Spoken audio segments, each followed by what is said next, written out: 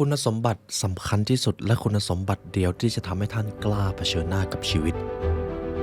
สิ่งนั้นคือวินัยครับ Self Discipline The Secret of Life Mastery นี่คือคอร์สเรียนที่จะทำให้ท่านได้บรรลุการสร้างวินัยชีวิตให้กับตัวเองเพราะทุกท่านรู้กันดีครับไม่ว่าท่านจะมีนิยามเป็นความสำเร็จในเรื่องอะไรท่านจะต้องพึ่งวินัยชีวิตและนี่คือสิ่งที่ท่านจะได้รับไปทั้งแผนการสร้างวินัยและก็รูปแบบการสร้างความสำเร็จที่เหมาะกับตัวตนของท่านมากที่สุดคอร์สนี้ครับเราจะจัดขึ้นในวันที่ 8 และวันที่ 9 กุมภาพันธ์เรียนทั้งสิ้น 3 ชั่วโมงท่านสามารถเรียนย้อนหลังได้และที่สำคัญครับการมีวินัยจะทำให้ท่านกล้าเผชิญหน้ากับความท้าทายในชีวิตและถ้าท่านมีสิ่งนี้ท่านจะไม่ประสบความสำเร็จได้อย่างไรจริงไหมครับและไว้เรามาเจอกันครับกับ Self Discipline The Secret of Life Mastery เพราะการเรียนรู้จะทำให้คุณเป็นอิสระ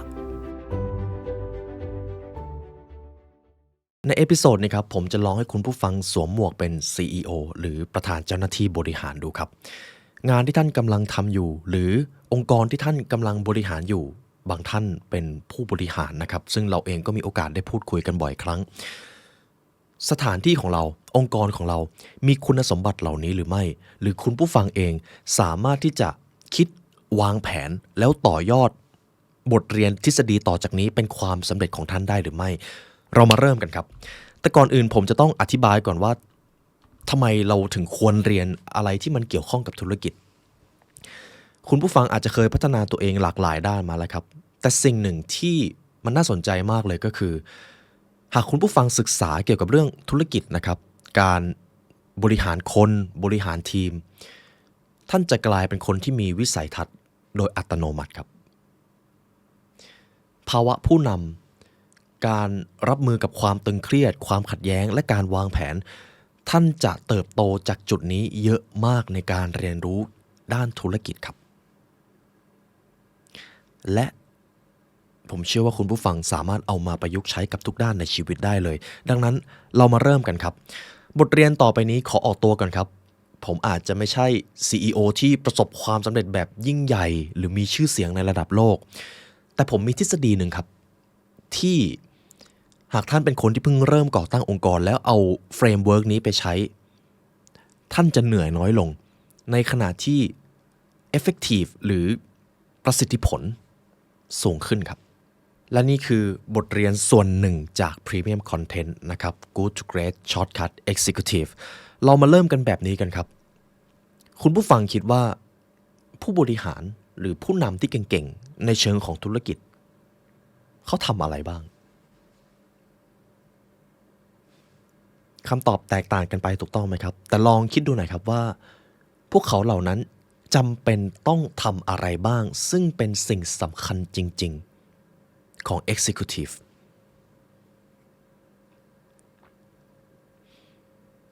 สื่อสารวางแผนสร้างองค์กรสร้างระบบมีเพียบเลยถูกต้องไหมครับแต่หากให้ตอบออกมาสั้นๆนะครับหน้าที่ของผู้บริหารที่มีประสิทธิผลหลักๆจะต้องทำ3อย่างนี้ให้ได้ครับอย่างที่1คือ maximize productivity หรือการทำให้ประสิทธิภาพในการทำงานของทั้งองค์กรทั้งทีมทั้งคนเกิดผลผลิตสูงที่สุดยกตัวอย่างเช่นครับคำว่า productive ครับเกิดจากยุคหนึ่งที่มีการวางแผนแล้วว่าเราจะทำอย่างไรให้คนในโรงงานสามารถใช้เวลาเท่าเดิมสถานที่เดิมแต่ทำผลผลิตได้มากกว่าเดิมความมากกว่าเดิมในเชิงผลผลิตนั่นแหละครับเป็นที่มาของ productivity ความมีประสิทธิผลต่องานถ้าเป็นภาษาอังกฤษเราจะเข้าใจง่ายกว่านั่นเองในฐานะผู้บริหารที่ดีแล้วกันครับซึ่งเป็นสิ่งที่ต้องทำคือการ maximize productivity และแน่นอนครับอะไรที่มันเกินสมดุลเกินไปมันก็จะก่อให้เกิดผลเสียแต่นี่คือหน้าที่แรกเพิ่มประสิทธิภาพขององค์กรของตัวท่านด้วยนะครับหน้าที่ที่2 breakthrough innovation การสร้างผลิตภัณฑ์การสร้างนวัตกรรมบางอย่างเพื่อที่จะเพิ่มความสะดวกสบายให้กับผู้คนหรือแก้ปัญหาให้กับผู้คนรวมไปถึงการสร้างโอกาสนี่คือคำว่า breakthrough innovation ครับ ส่วนหน้าที่ที่3 increase competition power เพิ่มความสามารถในการแข่งขันคือคำว่าแข่งขันในที่นี้อาจจะมองในเชิงของการร่วมมือก็ได้นะครับแต่ต้องยอมรับก่อนครับในแวดวงการทำงานการทำธุรกิจเรื่องของการแข่งขันมันเกิดขึ้นอย่างหลีกเลี่ยงไม่ได้อยู่แล้วครับไม่ว่าเราจะชอบหรือไม่ก็ตามแต่นี่มันคือความจริงการเพิ่มขีดความสามารถในการแข่งขันยกตัวอย่างครับมีนิทานเรื่องหนึ่งชาย2 คนเดินเข้าป่าแล้วมีสิงโตตัวหนึ่งกำลังเล็งมาที่ชาย2 คนนี้คุณผู้ฟังคิดว่าใครจะมีโอกาสรอดครับคำตอบที่ตอบได้เลยก็คือคนที่วิ่งเร็วกว่ามีโอกาสรอดครับเขาอาจจะไม่ได้วิ่งเร็วก็ได้ครับขอแค่เขาวิ่งเร็วกว่าเพื่อนอีกคนหนึ่งเขาก็รอดแล้วในรูปแบบของการทำธุรกิจมันจะมีลักษณะคล้ายคลึงแบบนั้นครับในบางสถานการณ์โดยเฉพาะสถานการณ์ที่กลืนไม่เข้าคายไม่ออกคุณจะต้องเจอสถานการณ์แบบนี้บ่อยมากครับแต่ในทางเลือกที่ดีกว่าก็คือทำยังไงก็ได้ให้เพื่อนของคุณรอดไปด้วยกันแต่ถึงอย่างไรก็ตามเหมือนตอนที่เราได้รับคำประกาศบนเครื่องบินโดยสารครับก่อนที่จะเอาหน้ากากออกซิเจนไปครอบให้คนอื่นไปครอบให้เด็กคุณต้องครอบให้ตัวเองก่อนและนี่ก็คือการเพิ่มขีดความสามารถในการแข่งขันหน้าที่หลักๆของผู้บริหารที่มีประสิทธิผลจะต้องทำ3อย่างนี้ให้ได้ครับจาก Macro Economic และทีนี้คุณผู้ฟังเริ่มเห็นความซับซ้อนแล้วไหมครับว่าหน้าที่หากเรียบเรียงออกมาแค่3อย่างมันก็ยังดูยากอยู่ดีแต่ผมย้ำตรงนี้ครับไม่ว่าคุณผู้ฟังจะเป็นคนทำงานในระดับใดถ้าท่านเอาสิ่งนี้ไปตอบกับหัวหน้าไปตอบกับผู้ร่วมงานหรือไปนำเสนอในที่ประชุมผมขอเดิมพันครับโอกาสก้าวหน้าของท่านจะสูงเพิ่มขึ้นมหาศาลวงเล็บครับถ้าองค์กรของท่านเปิดโอกาสให้นำเสนอนะครับวัฒนธรรมองค์กรก็มีความสำคัญเช่นเดียวกันและทีนี้เรามาดูสิ่งต่อไปนี้ครับผมอยากให้ทุกท่านดูภาพนี้การวางแผนคือเวลาส่วนใหญ่ที่ผู้บริหารจะต้องทำและถ้าคุณผู้ฟังเอาสิ่งนี้มาปรับใช้กับชีวิตได้ท่านจะกลายเป็นคนที่วิสัยทัศน์ยาวไกลมีความเป็นผู้นำมีความสามารถในการสร้างแรงบันดาลใจให้คนสิ่งนี้คือสิ่งที่เรียกว่า strategy of executive ครับผมจะถามประโยคต่อไปนี้นะครับแล้วผมอยากให้ทุกท่านค่อยๆคิดตามระหว่างที่กำลังเรียนบทเรียนนี้คำถามที่1สมมุติ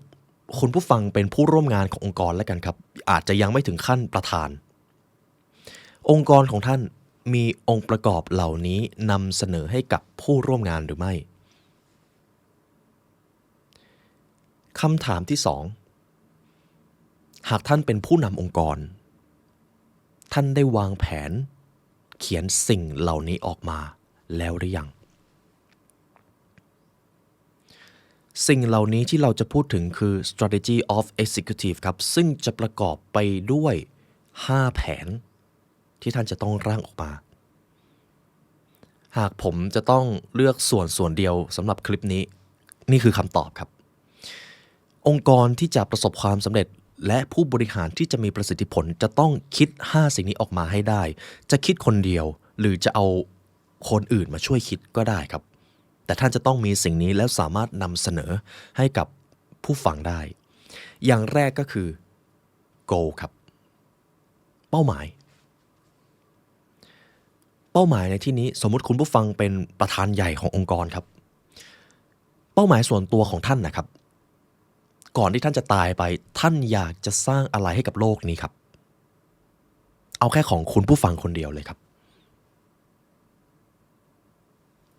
นี่คือ goal ครับ what you want to create for the world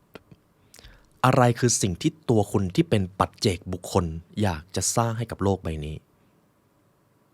ผมยกตัวอย่างตัวผมด้วยแล้วกันครับเพื่อที่จะให้ทุกท่านเห็นภาพง่ายๆผมตั้งโกครับ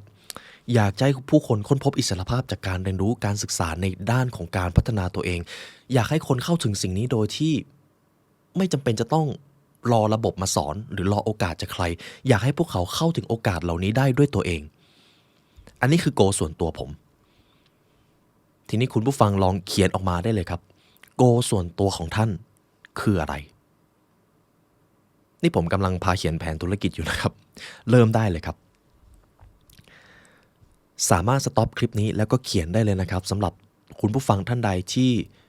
จำเป็นจะต้องทำอะไรแบบนี้จริงๆมันจะทำให้ท่านมีความสามารถและเพิ่มศักยภาพสูงขึ้นมาก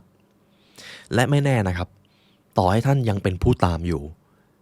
ท่านก็สามารถเอาสิ่งนี้ไปนำเสนอให้กับองค์กรได้เพราะนี่คือทฤษฎีที่ไม่มีวันหมดอายุครับองค์ประกอบแรกคือ goal องค์ประกอบที่2ครับ vision มันคือวิสัยทัศน์ goal กับ vision ต่างกันอย่างไร goal คือเป้าหมายที่ตัวบุคคลต้องการทำให้เกิดขึ้นในขณะที่ vision คือเป้าหมายขององค์กรครับคือถ้าเป็นภาษาไทยมันจะเป็นเป้าหมายของนิติบุคคลและแน่นอนว่าใช้คำว่าองค์กรง่ายกว่าครับ vision ก็คือหากคุณได้ตั้งองค์กรขึ้นมา1องค์กรซึ่งก็จะมีหลากหลายคนมีหลากหลายทีมคุณอยากให้องค์กรนั้นถูกมองอย่างไร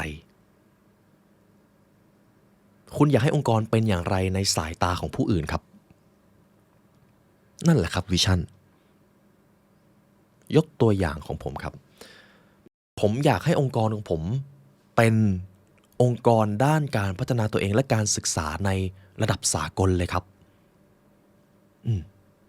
นี่คือวิชั่นครับและมันเป็นเป้าหมายของคนส่วนใหญ่เป็นของส่วนรวมแล้วครับในขณะที่โกตอนแรกเป็นแค่เป้าหมายส่วนตัวอยากจะให้ผู้คนเข้าถึงความรู้และการศึกษาเห็นภาพนะครับทีนี้ผมอยากให้คุณผู้ฟังร่างออกมาได้เลยครับหากท่านเป็นประธานบริหารเป็น CEO อยากจะให้องค์กรมีวิชั่นเป็นอย่างไรครับทีนี้จบเรื่องของวิชั่น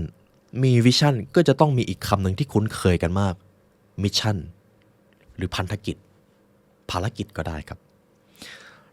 คุณจะต้องทำอะไรเพื่อให้วิชั่นเป็นจริงบริบทง่ายๆแค่นี้ครับแต่มันจะมีความซับซ้อนระดับหนึ่งซึ่งตรงนี้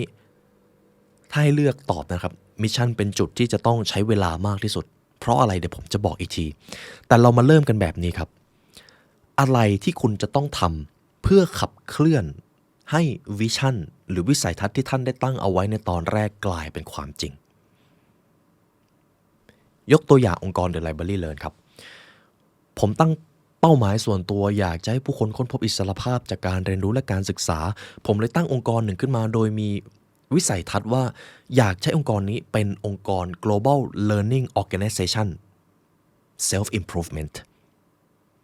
คือถ้าแปลไทยอยากให้องค์กรเป็นองค์กรเกี่ยวกับการเรียนรู้และการศึกษาในด้านการพัฒนาตัวเองในระดับสากลครับทีนี้ผมก็มาร่างต่อมิชชั่นของผมอยากจะดำเนินภารกิจสร้างวิสัยทัศน์ให้สำเร็จด้วยการพัฒนาสื่อการเรียนรู้และสร้างคอมมูนิตี้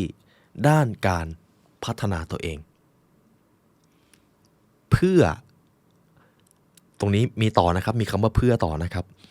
เพื่อให้ผู้คนกล้าคิดกล้าทำกล้าฝันและกล้าจินตนาการและมุ่งมั่นเป็นองค์กรด้านการเรียนรู้ในระดับโลกครับคุณไลออนทำไมมิชชั่นมันถึงยาวกว่าข้ออื่นๆเลยไม่ใช่ว่าวิชั่นจะต้องยาวหรอหากผมจะต้องอธิบายพันธกิจผมอาจจะอธิบายแค่ว่าพัฒนาสื่อและสร้างคอมมูนิตี้มันก็อาจจะจบครับแต่ผมไม่ได้ให้คุณผู้ฟังสร้างแค่องค์กรที่อยู่ในช่วงอายุท่านครับผมกำลังให้ท่านวางเป้าหมายสำหรับองค์กรที่จะอยู่ต่อไปแม้ว่าท่านจะจากโลกนี้ไปแล้วและลองคิดดูนะครับการที่จะหาใครสักคนที่มีเป้าหมายมีวิสัยทัศน์แบบเจ้าขององค์กรมันยากมากเลยนะครับดังนั้นสมมุติคุณผู้ฟังจำเป็นจะต้องหมดวาระต้องออกจากตำแหน่งการเป็น CEO แล้วท่านจะต้องหาผู้นำนั่นจะเป็นอีกโมเมนต์หนึ่งที่ยากมากถ้าเราไม่เคยหาหรือไม่เคยพัฒนาผู้นำมาก่อนเลยแต่สมมุติคุณผู้ฟังเลือกผู้นำมาได้คนหนึ่งซึ่งจะต้องมารับช่วงต่อจากตัวท่านนะครับ แน่นอนว่าเขาไม่สามารถแทนที่ตัวท่านได้ 100%แต่ท่านสามารถเพิ่มแนวโน้มที่เขาจะมีความมุ่งมั่นแบบเดียวกับคุณผู้ฟังได้ก็ด้วยมิชชั่นวิชั่นที่ท่านได้เขียนเอาไว้นั่นแหละครับและทีนี้สมมติคุณผู้ฟังเขียนมิชชั่นไว้แค่ว่าสร้างสื่อและสร้างคอมมูนิตี้หรือเขียนไว้สั้นๆคนที่จะมารับช่วงต่อครับเขาจะไม่ค่อยเข้าใจว่าสื่อเกี่ยวกับอะไรทำไมต้องเป็นสื่อแล้วคอมมูนิตี้สร้างมาทำไมแล้วทั้งหมดนี้ทำไปเพื่ออะไรลองคิดดูสิครับถ้าตัวผมไม่ได้เขียนไว้ว่าเพื่อให้ผู้คนกล้าคิดกล้าทำกล้าฝันและกล้าจินตนาการคนที่จะมารับช่วงต่อเขาก็จะมองไม่เห็นภาพเขาก็อาจจะนำพาทิศทางองค์กรไปในทางที่ไม่ใช่ธงที่ปักเอาไว้อาจจะไปทางอื่นหรือเป๋ไปเลยและนี่คือเหตุผลครับคุณผู้ฟังกำลังสร้างองค์กรที่จะยังอยู่ต่อไปแม้ตัวท่านจะไม่อยู่แล้วนะครับมิชชั่นขององค์กรท่านพันธกิจนั้นคืออะไรครับเขียนออกมาได้เลยครับองค์ประกอบสำคัญก็คือ 1. ท่านจะทำอะไร 2. ทำเพื่ออะไรและ 3. มุ่งมั่นจะเป็นใครหรือจะไปในทิศทางไหนเขียนออกมาได้เลยครับ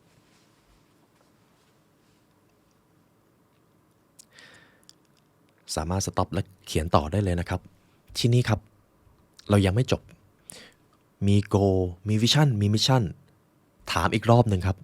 องค์กรที่ท่านกำลังทำอยู่เคยสื่อสารเรื่องนี้กับตัวท่านหรือไม่หรือสมมติถ้าท่านเป็นผู้นำเป็นเจ้าของ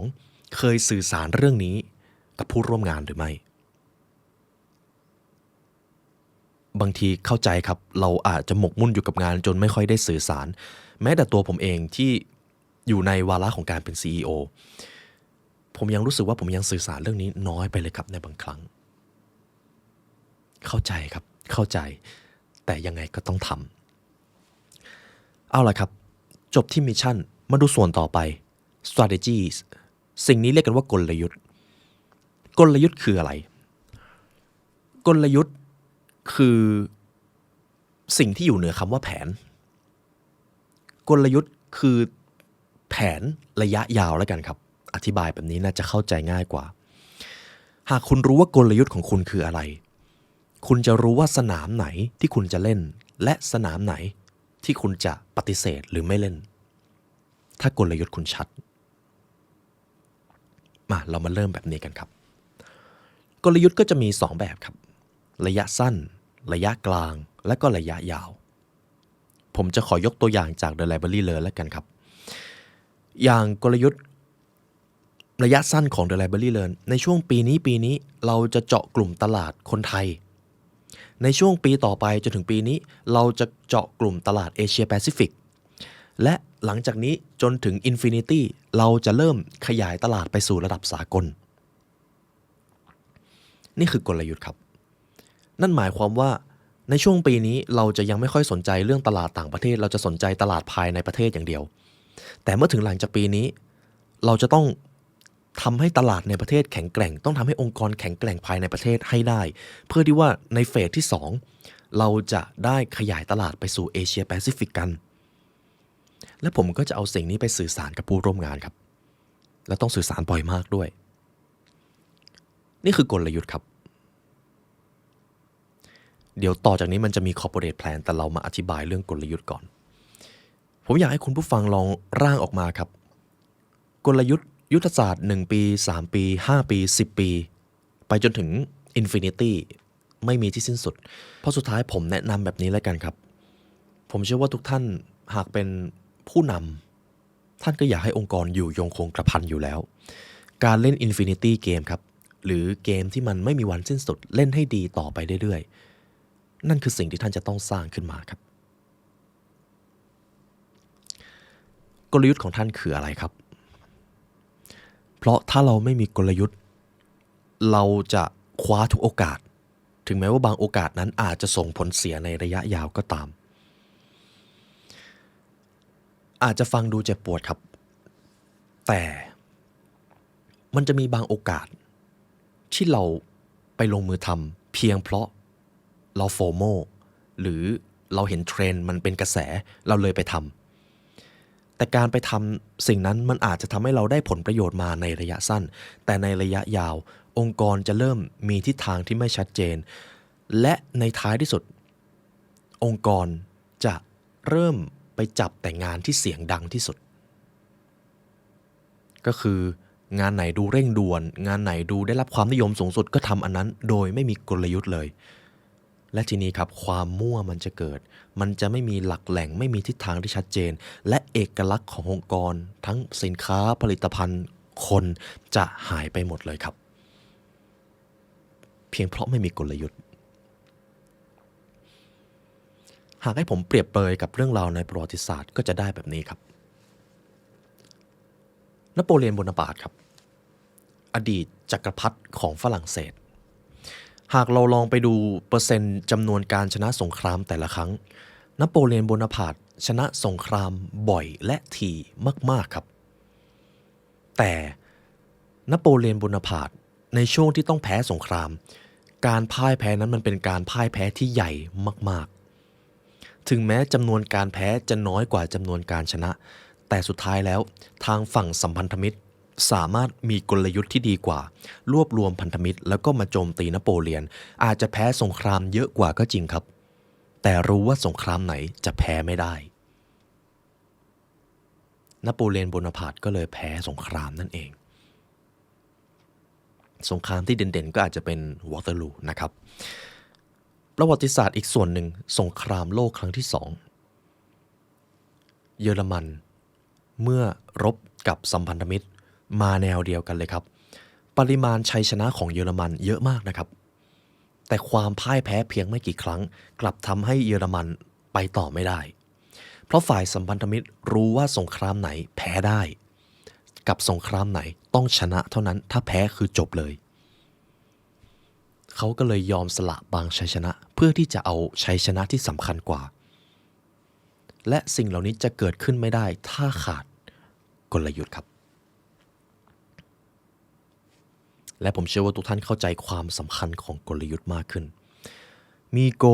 มีวิชั่นมีมิชชั่นมีกลยุทธ์แล้วทีนี้เราก็จะต้องมาลงดีเทลลึกต่อไปอีกผมจะลงแค่ส่วนนี้นะครับ corporate plan ครับ corporate plan ก็คือคุณจะต้องมีใครมีทีมทำเกี่ยวกับอะไรบ้างสำหรับองค์กรของคุณหรือถ้าคุณผู้ฟังเป็นผู้ตามก็ลองดูครับหรือบางทีเราอาจจะยังไม่ค่อยได้สำรวจองค์กรของเรามีทีมใหญ่ๆทำเกี่ยวกับอะไรบ้างผมเชื่อครับถ้าคุณผู้ฟังต่อให้จะเป็นผู้ตามแต่สามารถตอบสิ่งนี้สมมติองค์กรของท่านมีทั้งโกมีวิชั่นถ้าท่านตอบสิ่งนี้ได้ทั้งหมดท่านจะเป็นดาวเด่นในองค์กรทันทีครับไม่เชื่อลองดูได้ครับแต่ corporate plan ครับตรงนี้อาจจะใช้เวลาล่างนานที่สุดแต่ละทีมจะต้องทำอะไรทีมการตลาดทีม R&D พัฒนาและวิจัยสินค้าทีม Operation ดูแลธุรการบัญชีหลังบ้าน HR อะไรทำนองนี้นะครับหรือถ้าท่านเป็นธุรกิจที่จำเป็นจะต้องพึ่งทีมพิเศษอาจจะเป็นทีม Production ทีม Media หรือทีม Innovation จะต้องมีทีมอะไรบ้างครับสำหรับ Corporate Plan เรื่องของ corporate plan ขอลงลึกเพียงเท่านี้แล้วกันครับเพราะเพียงแค่เรารู้โกมีวิชั่นมีกลยุทธ์เชื่อเลยครับหลายอย่างมันก็จะง่ายขึ้นมหาศาลเพราะเรามีธงที่เราจะไปแล้วนั่นเองทีนี้แถมอีกส่วนหนึ่งจาก Premium Content แล้วกันครับซึ่งไม่ได้อยู่ในสคริปต์แต่อยากสอนครับสุดท้ายแล้วการทำธุรกิจจะต้องมีอะไรครับมีผลประกอบการครับต่อให้เราจะมีวิชั่นมีมิชชั่นชัดเจนยิ่งใหญ่ขนาดไหนแต่ระหว่างทางเราก็จะต้องใช้พลังงานเราจะต้องใช้ทรัพยากรซึ่งความจริงก็คือความจริงครับถ้าไม่มีเงินองค์กรก็ไปต่อไม่ได้ย้ำอีกครั้งครับนี่คือความจริงต่อให้ตัวผมจะมีเป้าหมายมีวิสัยทัศน์ใหญ่หรือจะดูน่าเชื่อถือขนาดไหนแต่ถ้าระหว่างทางไม่มีเงินเลย มันก็ไปไม่ได้ครับดูตัวอย่างจากองค์กรของ The Library Learn ก็ได้ครับอย่างตอนนี้ผมทำพอดแคสต์ระหว่างคลิปก็จะมีโฆษณาระหว่างคลิปก็จะมีการทราฟฟิกให้คุณผู้ฟังได้เห็นว่าเรามีคอร์สเรามีผลิตภัณฑ์ทั้งหมดก็เพื่อที่จะรองรับศักยภาพหรือทรัพยากรเพื่อที่จะผลักดันขับเคลื่อนปณิธานแต่ในขณะเดียวกันก็จะต้องถ่วงสมดุลเพื่อที่จะให้คุณผู้ฟังยังได้รับผลประโยชน์มากที่สุดตามมาตรฐานของเราอยู่ทุกท่านเลยจะเห็นว่าเราจะพยายามไม่ใส่โฆษณาเกิน1คลิปหรือ1ชิ้นหรือถ้ามากที่สุดก็จะไม่เกิน2เพราะสุดท้ายสิ่งที่เราแคร์มากกับผลกำไรก็คือเราได้ยกระดับชีวิตใครได้บ้างแล้วคุณผู้ฟังได้รับประโยชน์อะไรบ้างจากการเอาเวลาอันมีค่ามาเรียนรู้กับเราตรงนี้ก็จะต้องสมดุลครับซึ่งก็ไม่ใช่หน้าที่ของใครอื่นคุณนั่นเองหรือ CEO ประธานกรรมการบริหารเห็นไหมครับความรับผิดชอบมันเยอะมากเลยการเรียนรู้เรื่องธุรกิจจะทำให้ท่านได้รับความรับผิดชอบนั้นมาท่านจะกลายเป็นคนที่มีอำนาจในการคิดและตัดสินใจทีนี้ส่วนที่เราค้างกันไว้ครับมันคือการตั้งเป้าเป็นตัวเลขเลยครับหากคุณกำลังสร้างองค์กรหนึ่งขึ้นมาปีนี้หรือปีหน้าเอาปีนี้ก่อนแล้วกันครับคุณอยากได้ตัวเลขผลประกอบการเท่าไหร่ที่ไม่หลุดโลกเกินไปคือสามารถเป็นไปได้ตรงกับความเป็นจริงและวัดผลได้คุณอยากได้ตัวเลขเท่าไหร่ในปีนี้และยังไม่จบครับในปีนี้คุณอยากให้แต่ละหมวดธุรกิจสมมติธุรกิจของคุณผู้ฟังมี Business Unit 1 ตัว 2 ตัว 3 ตัวแต่ละตัวคุณอยากให้ BU นั้น BU นี้มีรายได้แตะเท่าไหร่ยกตัวอย่างครับอย่างองค์กรของพวกเราก็จะมีเป้ารายปีและก็มีการชั่งดาวหรือลงรายละเอียดต่อสำหรับ BU 1 Original Content จะต้องมีรายได้เท่านี้ BU 2 Premium Content หรือที่ทุกท่านสมัคร Membership รายเดือนนั่นแหละครับจะต้องมีรายได้เท่านี้ BU ที่3 Product สินค้าที่เราวางขายทั้ง Physical ทั้ง Digital ก็จะต้องมีเท่านี้และ BU 4ก็จะต้องมีเท่านี้ BU 4คือ e-learning นั่นเองนี่คือรูปแบบการตั้งเป้าครับรายปีแล้วก็ชั่งดาวเป็น BU ซึ่งตรงนี้ใช้เวลาวางแผนนานกันพอสมควรเลยครับคำถามก็คือแล้วถ้าทุกอย่างมันไม่ได้เป็นไปตามตัวเลขล่ะคุณผู้ฟังเชื่อไหมครับหากสมมติท่านตั้งเป้าหมายปีนี้แล้วสิ้นปีผ่านไปแล้วท่านย้อนกลับมาดูเป้าที่ท่านเขียนไว้จะมีหลายเป้ามากที่เกิดขึ้นจริงเชื่อผมนะครับมันจะมีหลายผลลัพธ์มากที่ตรงกับเป้าหมายที่ท่านได้วางเอาไว้ในช่วงเวลานี้เลยถ้าท่านรู้สึกว่ามันเป็นไปได้และท่านเชื่อมั่นในเป้าหมายนั้นเชื่อเถอะครับมันจะเกิดขึ้นเมื่อเรามีเป้าหมายรายปีแล้วครับหากอยากจะชั่งดาวลงรายละเอียดให้มากกว่านี้รายไตรมาสครับซึ่งตรงนี้ขอไม่ลงรายละเอียดลึกไปกว่านี้แล้วกันนะครับเพราะเท่านี้ก็ถือว่าเยอะพอสมควรแล้วในการที่เราจะได้เขียนเป้าหมายเขียน business model ของเรานี่คือจุดเริ่มต้นของ Good to Great Shortcut Executive ครับนี่คือบทเรียนการบริหารที่ไม่ว่าคุณผู้ฟังจะอยู่ในยุคไหนหากทำตามนี้องค์กรของท่านจะประสบความสำเร็จหรือถ้าหากท่านเอาสิ่งนี้ไปนำเสนอในที่ประชุมท่านจะกลายเป็นคนที่ได้รับความเคารพแล้วสามารถที่จะได้รับความไว้วางใจจากผู้นำคนอื่นได้ด้วยเพียงเท่านี้ครับและอยากให้เก็บบทเรียนนี้ไว้ให้ดีนะครับมันมีมูลค่าแพงมากผมอาจจะยังไม่ใช่ CEO ที่เป็นพันล้านเป็นแสนล้านแต่ก็ไม่แน่นะครับวันนั้นอาจจะมาถึงจริงๆก็ได้และถึงอย่างไรก็ตามครับระหว่างทางที่ท่านกำลังเดินทางกำลังเรียนรู้เรื่องของธุรกิจไม่ง่ายครับ มันจะมีความท้าทายเกิดขึ้นรายวันแต่สุดท้ายแล้วช่วงเวลาที่ท้าทายช่วงเวลาที่ยากแบบนี้แหละครับช่วงเวลาเหล่านี้แหละครับที่ก้อนหินก้อนดินจะค่อยๆถูกหลอมจนกลายเป็นเพชรเม็ดงามและนี่คือบทเรียนที่เราได้เรียนรู้กันในวันนี้นะครับและนี่เป็นเพียงแค่ 10% ครับเพราะบทเรียนในเชิงธุรกิจยาวมากลึกมากอันนี้เป็นเพียงแค่การบริหารการสร้าง productivity แต่ยังมีเรื่องของการสร้าง good to great organization เพราะทั้งหมดนี้เราทำไว้ใน premium content นะครับแนะนำครับคุณผู้ฟังต้องการก้าวหน้าในการทำงานอยากจะเป็นผู้บริหารที่สร้างความสำเร็จไม่เพียงแค่ในยุคของท่านแต่หมายถึงยุคหลังจากที่ท่านไม่ได้อยู่ในโลกนี้แล้ว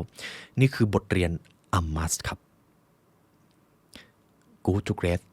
Shortcut Executive เดี๋ยวพวกเราจะวางลิงก์ไว้ข้างล่างนะครับคุณผู้ฟังจะสมัครเดือนเดียวแล้วก็ยกเลิกเลยก็ได้ครับเพียงแค่เรียนคอนเทนต์นี้และเช่นเคยครับสำหรับวันนี้เป็นเกียรติมากที่เราได้มาเรียนรู้เรื่องธุรกิจด้วยกันนี่น่าจะเป็นบทเรียนธุรกิจที่ลึกที่สุดเท่าที่ผมจะถ่ายทอดให้สำหรับ Original Content นะครับและในวันนี้ได้เวลาอันสมควรแล้วครับทั้งผู้ร่วมงาน The Library Learn และตัวผมไลออนยุวศิลป์ขอกล่าวอำลาทุกท่านไปก่อนขอให้วันนี้เป็นวันที่ดีของทุกท่านครับสวัสดีครับ